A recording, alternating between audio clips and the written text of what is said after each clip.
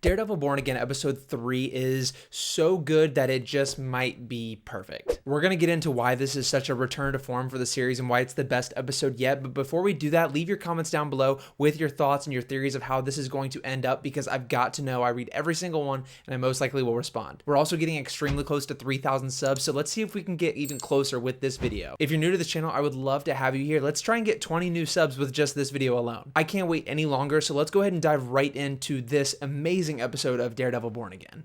I'm Spider-Man.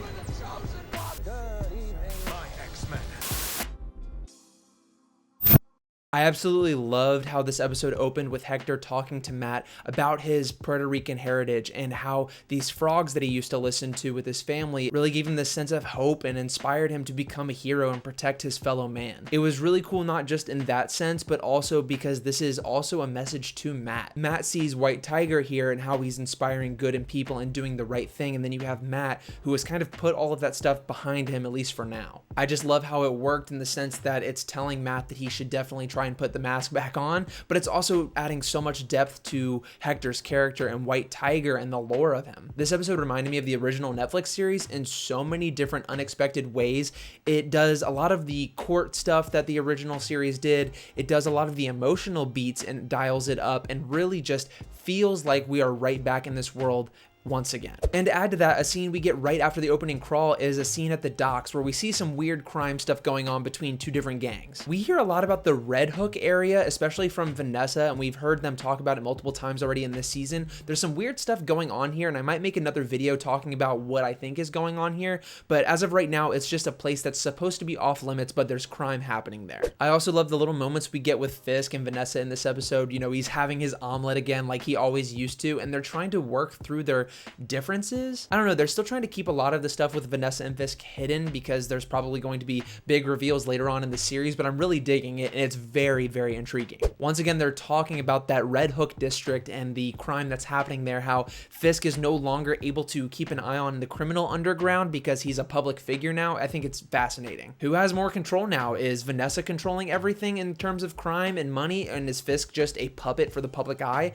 Or does Fisk kind of miss the power? I don't know. Maybe he's trying to change who he is, maybe he's not, but nonetheless, it's interesting. Now, a big portion of this episode does take place during Hector's trial, and a lot of good stuff happens here that really, again, like I said at the beginning of the video, feels like the original series. Even though courtrooms are typically boring and uneventful and very cutthroat, Matt Murdock just always finds a way to make it so fun to watch. And I think the different threads that we're pulling on with this scene, with Matt being Daredevil no more, we have Hector who's White Tiger, who's kind of the antithesis of what Matt's doing right now. We also have him going up against the cops who are supposedly like Punisher wannabes. There's a lot of really good stuff going on in this courtroom at this moment that we don't have the full picture for yet, so this is our first real deep dive into it. And Matt Murdock pulls no punches. He is in full lawyer form, and I immediately thought back to the original Netflix series with the trial of Frank Castle, the Punisher, and how that turned out. Considering Matt is once again defending a vigilante, I thought it was going to play out in the same way that it did in the original show. And that was unfortunate because here Hector is a lot more innocent than Frank was. So I was sitting there thinking, okay, they're going to reintroduce us fans of the old series into this courtroom scene and be like, yeah, we're still the same show, and then we're going to introduce this same aspect to newer fans and show them why we loved that original show so much. And we got all of that, but for the seasoned fans, we got something completely different as well. Matt Murdock kind of blurs the lines here of being a good lawyer, and he outs Hector as White Tiger in front of the courtroom. He has to do this because the witness, the guy who got away from Hector and the bad cops in the second episode, was actually supposed to be testifying against the cops but got cold feet, or he was talked to,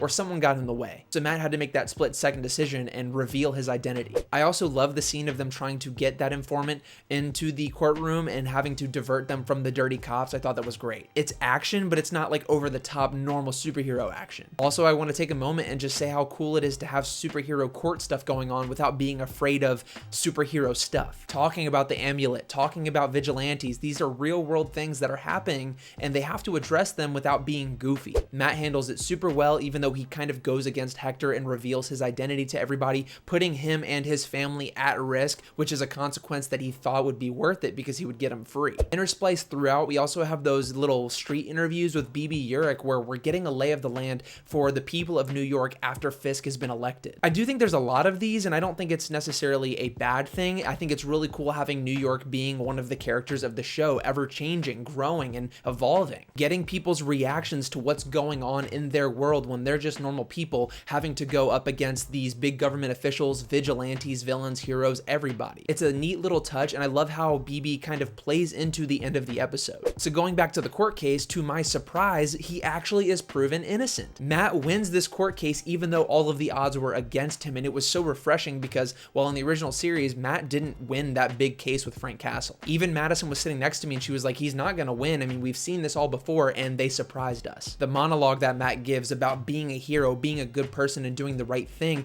really is inspirational. And it's almost one of those getting a taste of your own medicine type things where Matt should be listening to what he's saying himself. And I think Hector brought a lot of that out in him. We also actually get to see Hector's niece, who is going to be the future White Tiger, who was White Tiger in the comics and probably will be in the show going forward because of the ending. But hey, we do get maybe a Spider-Man reference with Officer Morales, who could be Miles' dad, even though his name is technically Jefferson Davis. Nonetheless, a cool little cameo if that's what it's trying to be. And after they win this court case, Matt gets to celebrate a little bit with Heather, and she brings up Foggy, kind of getting a little bit of closure, but also still talking about Foggy, so who knows if he's alive or dead or what. I think he's probably dead, but we'll see. I'm not putting a period on the end of that sentence. But like I said earlier, Fisk gets involved, and not in the way I thought he was going to get involved. Wilson Fisk, who we thought was going to be a changed man and do things to better New York, ends up using these dirty cops supposedly to put an end to the vigilantes. And this is my interpretation of what happens. We see Hector suit up as the White Tiger,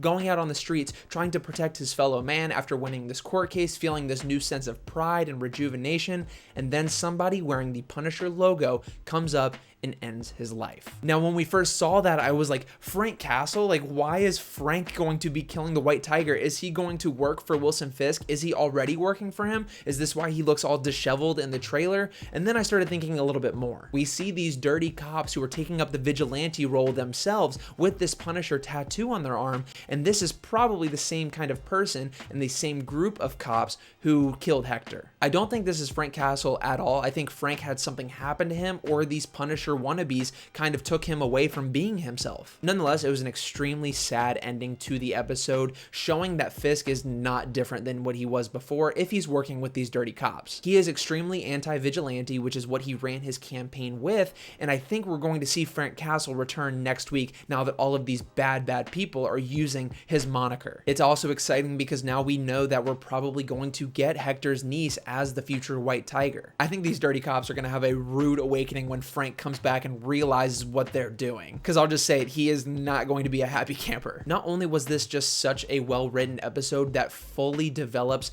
Hector's storyline, as well as elevating the storylines and arcs for other characters such as Matt, such as Fisk, such as even Vanessa and his niece and all of the people surrounding him, I think the cliffhanger at the end almost cements it as perfect. Matt Murdock is not just Daredevil. He's not just fun to watch because he can flip around and beat people up. He's fun to watch in the courtroom, and that's what we loved so much about the original show, at least a part of it, and we're getting it again in a great way. As far as next week goes, I think Matt's going to find out what happened to Hector and then go to Frank Castle. So seeing the Punisher next week is just going to be awesome, so fingers crossed we get that. But the plot is moving forward. Fisk is devolving back into his old self, while Matt, on the other hand, is kind of evolving, or maybe even, to his credit, devolving back into Daredevil. This feels like the powder keg that kicks off the rest of the show, and I couldn't be more excited. Guys, leave your thoughts down below. I'm going to make theory videos on what I think's going on with the Punisher, the future of White Tiger, and all of the things Daredevil Born Again. So leave a like on this video, subscribe to the channel, and I will see you all very,